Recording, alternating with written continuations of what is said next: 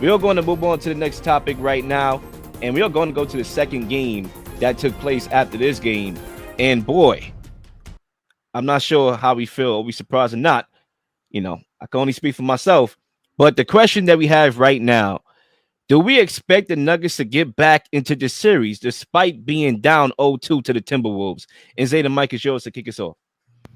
Just for the record, I never thought that the Nuggets would be outclassed the way they've been outclassed in the first two games of the series. The Minnesota Timberwolves are showing their versatility, especially with Rudy Gobert out in game two, and they're showing the uniqueness of Nas Reed and Karl Anthony Towns duo, two guys who could not only shot create, not only shoot threes, not only post up and do all these myriad of things in the offensive game. They're showing their hard work and grit on the defensive end, especially a guy who basically revitalized his career in Nikhil Alexander. He was a guy who was in Pelicans that seemed like his career was like basically ending essentially when he got moved to the Minnesota. And this guy just changed his career around being a defensive menace on top of McDaniels. I think the Nuggets can maybe win one on the road just off a championship pedigree. They'll find a way, but they're being outplayed physically, mentally, everything, every facet of the game. The Nuggets are not locked into this series, and you're seeing it even within Jamal Murray. He doesn't know what to do when the double team comes. He doesn't. If he's not used to facing those double teams, and even in the regular season, not let alone a playoff setting, he's usually being guarded one on one, allowing him to do whatever he wants. And Jokic is getting the double teams. This time it's completely different. Jokic is being played straight up, and he's seeing that he's even struggling at times to get a basket going or do something on a one-on-one situations. So I think off the just championship pedigree, the Nuggets will get a game, but I think it's over. I thought this series was going to 7. I think it's over in 5, maybe even 4 if Ant turns into a different beast and goes after 40 a game for the next 2 games. I think it's going to be a very difficult road for the Nuggets to get a single game against the Timberwolves team that's riding on super high confidence, but also their best player on the team is going on a superstar streak, and he is decimating teams with not only his offensive play but his defensive tenacity. So I mean, maybe get a game, but I don't know if they're gonna climb back into the series at all. I think by the end of this home run by the Timberwolves, the series will be 3-1 or potentially 4-0. I see the Nuggets fighting back in this series. I don't think they're going to win. I'm in agreement with Zay. I think this might be over in 5. I'm going to give them the respect to not get swept with their pedigree and all that. I think they fight back like how Drake is trying to fight back when it comes to that Kendrick Lamar beef that's going on right now. He fought back with that last diss track, but he's still outclassed by Kendrick Lamar, and I think that's what's going to happen here. I think for me, man, when you start off with how you stop the Nuggets is you stifle that two-man game of Jamal Murray and Nikola Jokic. And that's exactly what they've been able to do thus far. I mean, they gave Jamal Murray fits last night. It was a defensive masterclass. They were swarming like a bunch of bees at a beehive. They threw Nikhil Alexander Walker on him, Anthony Edwards, Jaden McDaniels, and he had a hard time dealing with their size and length. And I think when you're able to throw those type of bodies at Jamal, who's clearly not even 100% at that, things could be very problematic. When you talk about Jokic and how they was able to defend against Jokic, I want to give a shout out to Nas Reed and Karl Anthony Towns because remember, Rudy Gobert did not play in this game, personal reasons, right? And we could respect those personal reasons. And I thought Cat did a very good job. This guy's normally a very undisciplined player on the defensive end, and I thought not only did he chip in mightily offensively with his 20-something points and his choke from the three-point line, but defensively, he was not getting in foul trouble, which was very paramount with Rudy Gobert not there. So now if you're fouling out, then the depth get thinner. And he was disciplined. Also, you have to take in consideration the calling, the way how the ref was calling the game that played in Cat's favor. So he was still able to impact the game on both sides. They forced Jokic into being like a traditional post-up player, which is like taking some of his superpowers away. Especially when you have that pick and roll operating well with Jamal Murray, which wasn't obviously last night. And another thing too was funny because in the predictions, as we was predicting the series, I referenced the AFC Championship game, Ravens and the Chiefs, and I said I initially I had the Nuggets in 7, and I said because even though I feel the Timberwolves are the better team, that they were kind of like melt down, and ironically, it was the other way around. It was the Nuggets melting down and acting like they wasn't at this moment before, right? You got Mike Malone asking to be thrown out the game, charging at the referee. Jamal Murray might get suspended next game. We got to take that into this context here. Throwing his ice pack or whatever it was, doing something dumb. They were too emotional. They were looking for calls and not looking to run their offense and score the basketball. And that's why the erraticness last night caused them to really get a certified beatdown. But you also got to give the credit to the Timberwolves for the defensive masterclass that they put on full display for the American public to see in an era where offensively things is at the forefront and defensively is like, okay, now we want to play a little defense. No, they put on a show, and we all should respect that as they go. Yeah, to Leel's point, like I gotta say, guys, we've all been watching basketball in the NBA playoffs for a pretty long time here. This was one of the more stunning first halves, first 24 minutes of basketball I ever remember watching last night. I thought the Nuggets were a team that had championship DNA, a team that got their warning sign in game one. Like, okay, this isn't the Lakers. The Timberwolves are a legit team that are matched up pretty well against you. You played them in the playoffs last year. You are on record of saying that they gave you the biggest challenge of any other team you beat in the playoffs last year. And it was clear to me very early on, they were shook and they just had no chance to win this game. It looked like they wanted to quit. And I'm just surprised how they unraveled. Lil, you brought it up. Jamal Murray not getting calls, and then he's throwing a heat pack onto the court. He's making the money sign at the referee, which other players have gotten fined and suspended for in the past earlier this season. I'm curious to see what the NBA does, because if this was a regular season game, he would definitely be suspended. But if that was Draymond Green, he would have ended up in the psych ward today. Exactly. So I'm curious to see what the NBA does, but honestly, even if Jamal Murray is playing in game 3, I think the series is cooked, and I think the Wolves are going to sweep them. Like, I think that they're in the Nuggets' head. They just unraveled last night, and I've never seen a championship team do that. And at first it was surprising, but guys, it's interesting to me. I'm not calling the Nuggets championship run by any means unimpressive. Like, they won the championship last year. Jokic was dominant. But I do find it interesting. Did you guys know the Nikola Jokic-led Denver Nuggets have never beaten a team that has won more than 50 games in a playoff series? This Timberwolves team, by number of wins during the regular season, is the best team Jokic's Nuggets have ever faced in the playoffs. And I also thought about it too.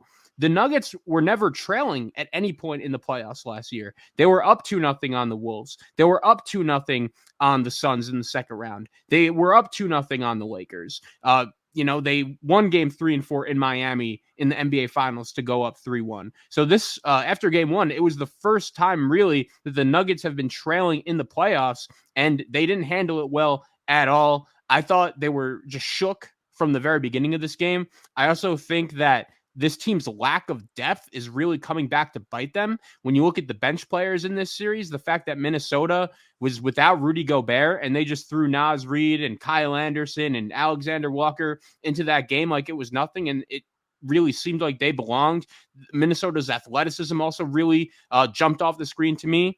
And besides the Nuggets, core group of guys, Jokic, Murray, Gordon, and Porter, like, this team isn't really that impressive to me. I think they're really missing Bruce Brown, and this isn't the Lakers. Like, I'm just very surprised that for the 6th game in a row, or 7th game in a row, this playoffs, or 6, I should say, the Nuggets have just started off very slow. Like, that's ultimately going to come back to bite you. This team has not played well in the first quarter at all throughout these playoffs, and I think they're in serious trouble. I think the Wolves are going to sweep them. I think this is the Wolves' time. We saw how loud and electric that building was earlier in the playoffs when they handled Phoenix, and just a statement win by Minnesota. All credit to them. Zach, you brought up something that I want to expand on, right? When you talk about how dominant the Nuggets were last year in the playoffs, and you mentioned those things and how they didn't beat like a worthy opponent like the Timberwolves are with their regular season record and all that heading into this matchup. But I also think we need to call a spade a spade. Jamal Murray is not playing good basketball right now. And last year on this run that you're talking about and referencing, he was the second best player on the floor in every single series. He's Maybe not playing like that right now. maybe the best player. Yeah, arguably at times the best player, right? Even though Jokic was, go either way with that. But point being, he was one of the best players on the floor. At worst, number 2. And right now in these playoffs this year, it's nowhere close than what last year was. And you take away game 2 when he hit that shot at the buzzer, in which he was struggling prior to that shot. You take away, I believe it was game 4 where he knocked the next one of game 5. Game 5. You take away game 2 and 5 and the heroics late in those games. You look at the numbers right now. He's 57 of 152 from the field, 37%, and 12 of 42 from deep, 28% from 3. So, and he went scoreless in the first half of this game. He has to be better. He has to play better. And I understand it's easier said than done because of what the Timberwolves are doing on defense, but championship players find a way. And, obviously he's hurt as well. You got to take that in consideration. You could rehab in Cancun. You gotta be better.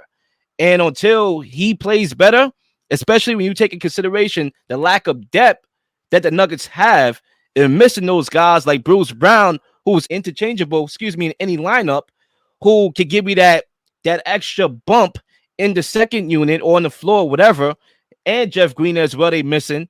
When you take those in consideration, he has to play better because, look, we don't give the role players credit a lot. When a team go on a championship run, it's the 2 best players. Oh, Jokic is the best player in the world. Oh, Jamal Murray, he's a playoff performer. And while those are true, we don't highlight the role players that contribute to a championship level team until their presence is missed because they left. And now we see, oh, well, yeah, they could have used Bruce Brown. They could have brought him back. Obviously, financial reasons had a lot to do with why he left. But you realize the impact of those role players when they're not there. And it's unfortunate that it's happening right now with the Nuggets. Yeah, I mean, it's just a bunch of stuff that's happening with the Nuggets. Michael Porter Jr., like, where have you been? You've been shooting lights out the whole year, and you're not around. Christian Braun's getting outbeat. It's just everybody on the Nuggets are getting outplayed one by one. Even Mike Malone, you can make the argument he's getting outcoached by Chris Finch and that coaching staff. So it's just a bevy of things that need to change. I don't know how much changes by the time they play Denver, so it'll be interesting to see what happens. It was blasphemous that people are calling them a dynasty after winning one championship. But the way Jamal Murray plays in the playoffs, usually he's lights out. He averages like 25, 26 a game in the playoffs. Jokic is dominant as is. And no one really seen enough of Anthony Edwards in the playoffs until this very moment where he's emerged. Because the last couple of years, he got bounced early in the first round or going through the NBA in-season tournament. So it's a lot of different things. Play-in tournament. There's a lot of different things, that we're seeing now with this Minnesota Timberwolves team that we're now seeing on the forefront on national television. Love to see it. I'm glad he's playing well. Zach, any last words? Because I want to respond to Zay real quickly here with my closing remarks. He mentioned coaching Mike Malone and Chris Finch and all that, right? And obviously Finch is coaching from the crowd, kind of, because he, broke his leg or whatever. I don't even care. This guy could be coaching from Cancun. They still going to have a tall task to beat this Timberwolves team, with all due respect. But I'm not even sure if there's an adjustment that Mike Malone can make. They don't have depth. Like, their success is hinged on the pick and roll game with Jamal Murray, the 2-man game with Jamal Murray and Jokic. And the Timberwolves has found a way to stifle that.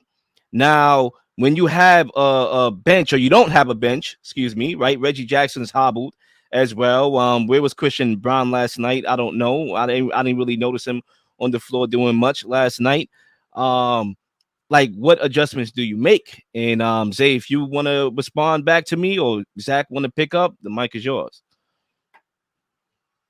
I agree. I don't really see an obvious adjustment they could make. I just think they're in huge trouble. And one point I will bring up is, it's interesting to me. Jokic has gotten to a point where, going into these playoffs, the conversation and the narrative around him is, okay, he's about to win the MVP, his 3rd in 4 years. And the debate was, is he better than Shaquille O'Neal? Is he climbing closer to Tim Duncan, Hakeem Olajuwon, some of the best players in the history of the league? And I feel like he's entered that same category with, peak LeBron and peak Kevin Durant, peak Steph Curry, when those guys, even if they play well in the playoffs and their team loses, they get a lot of heat. And I just feel like when it comes to Jokic, I was disappointed in his effort last night. It really felt like to me he didn't want to be there. Just letting Timberwolves get to the rim, get by him with ease. And it's totally fair that we're criticizing Jamal Murray. He's the engine that makes this thing go. And he's been terrible in these first two games. There's no doubt about that. But when you have the best player in the world on your team and he just looks uninterested, I know we joke all the time like, oh, Jokic would rather be fishing in Serbia than playing basketball. He doesn't even like the game and he's still so good. Like, at this point, his team needs him. And if he doesn't turn things around in the next 10 days, I'm curious to see where the conversations go surrounding him this offseason. I like that point too. Zay, look like you're about to get in here, so I'm gonna just keep this short and then I'll pass it back to you. I like that point too about Jokic and him being enthused, because when you look at Jokic put up the numbers he do on a night-to-night basis, it's like he don't put no effort into it. It's just easy. Like, oh, like, all right, what, I could get a triple double easy like that. Like, it's like math. You know, let me not say it, right? I was going, listen, I have to catch myself every time I'm on the mic because we in cancel culture era right now, right? But it's like, me when it comes to fried chicken, it's easy. I can eat 100 pieces, right? But what happens when it's not so easy, or you engage? Does it expose you a little bit? And I think it has shown us that, when things are easy, Jokic is the best player in the world. But when it's not, is he really involved? Is he really enthused in the game? And so far, I'm not seeing that right now from Jokic. And Lil, to that point, again, I'll bring it up. This is really the most adversity this Nuggets team has faced in the last 2 years in the playoffs. Again, they were winning every series they were playing in early over the course of the last 2 years, but now they lose one game at home. I thought it was going to be a warning call. I thought it was going to be a wake-up sign, but it wasn't. And I'm just baffled by that performance last night. You're the defending champions in your own building in a must-win game, and that's what you do? You look like you wanted to quit after a quarter. Your coach is borderline getting ejected. Your star player's about to get suspended, throwing stuff onto the court. For a team that I thought had championship pedigree, championship DNA, it turned out the Timberwolves looked like that. They were that team last night. Yeah, is there any last words? Yeah, my last point is get Aaron Gordon involved as soon as possible, and hopefully he does some damage. But outside of that, Jamal Murray and Jokic are on an island, and someone else needs to help. KCP, Aaron Gordon, Michael Porter Jr., freaking Christian Braun, somebody. It has to be by committee. Right now, the star players is failing, and that's when the role players supposed to shine. There's a playoffs about the role players. The role players need to shine. The first two games, Minnesota's role players outplayed the Denver Nuggets role players, and that's just what it's been. Before we move on, I wanted to make one last point.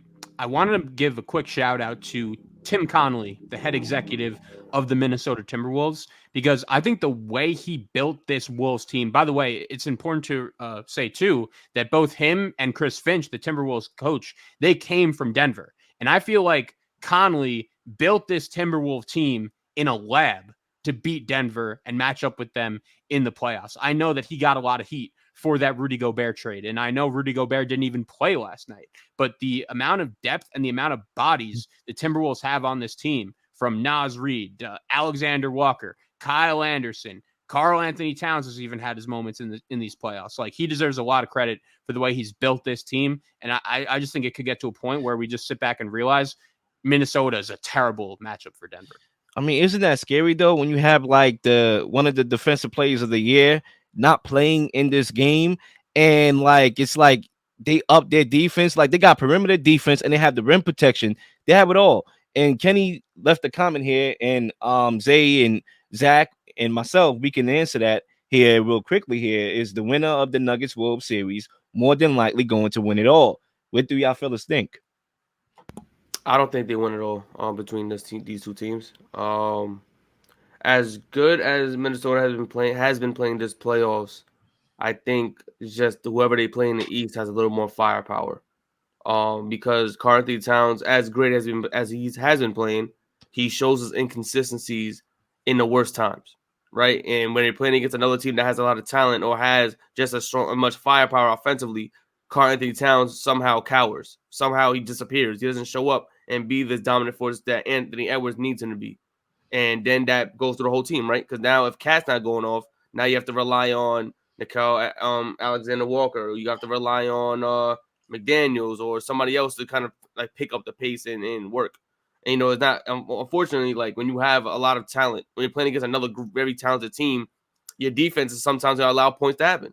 So at that point, where are you offensively? Like, in the Timberwolves are a team that are not this amazing offensive team. Their bread and butter is defense, and then they rely on Cat and Anthony Edwards to create shots. And I don't know if Karl Anthony Towns can be relied upon in that finals run to create those shots when it need be, because at that point every possession counts. Playoffs, every single possession counts. And Karl Anthony Towns has shown us time in, time out that he sometimes falls short of what's expected of him to do. And that's why we've seen like Anthony Edwards be doing a lot this playoffs. He's doing, like I said, superstar talent, even to the point where he's talking for him in interviews. But like I said, we have to see more from Karl Anthony Towns. He's playing great so far. I just don't see them winning it all off of this short sample size so far that we've seen. Zach? So I think the Nuggets are done. I think the Timberwolves are winning this series. It is interesting though. Like, could I see a scenario where, okay, maybe Denver wins game 3, they get back into it a little bit, and this series is just so physical, so tough. Whoever wins it is going to be pretty worn out, and the winner of Oklahoma City, Dallas can take advantage. I could see that. I think right now Boston is the team to beat. I think that their path has been so easy. Like, I think they're going to roll Cleveland. I think they're going to probably sweep them. And the West is just such a gauntlet that I do wonder, similarly, like, does whoever win it just going to be so worn out that, like, if it is Boston, Minnesota, I would probably pick the Celtics to win that series. I think Zay makes some valid points about Karl Anthony Towns. He's still not really a guy I trust in the biggest game, in the biggest moment. Some of his fouls and his in-game awareness are just very questionable at times. But Minnesota, I'll check. They might be the favorite behind Boston right now. They're definitely the favorite to win this series, definitely the favorite to come out of the West. And this is just an all-time statement. As far as championship, I'm not sure, but I think they should be the favorites to come out. I think when you look at the potential series, that they could play next, right? So you got the Thunder and the Mavericks. Don't get it twisted, right? I picked the Thunder to win. I'm picking the Thunder to win. I like them in 7, but I may go 6. It all depends on a couple of things. But they can't sleep on the Mavericks because the Mavericks has a lot of length and size, and they could dominate boards. Like, you got Daniel Gafford going up against Chet Holmgren. Like, that's a battle that Gafford should win.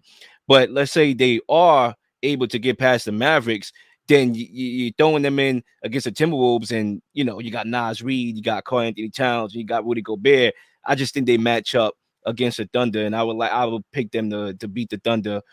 The Mavericks is tricky, but I'd like them to beat the Mavericks as well. So I think they go to the finals.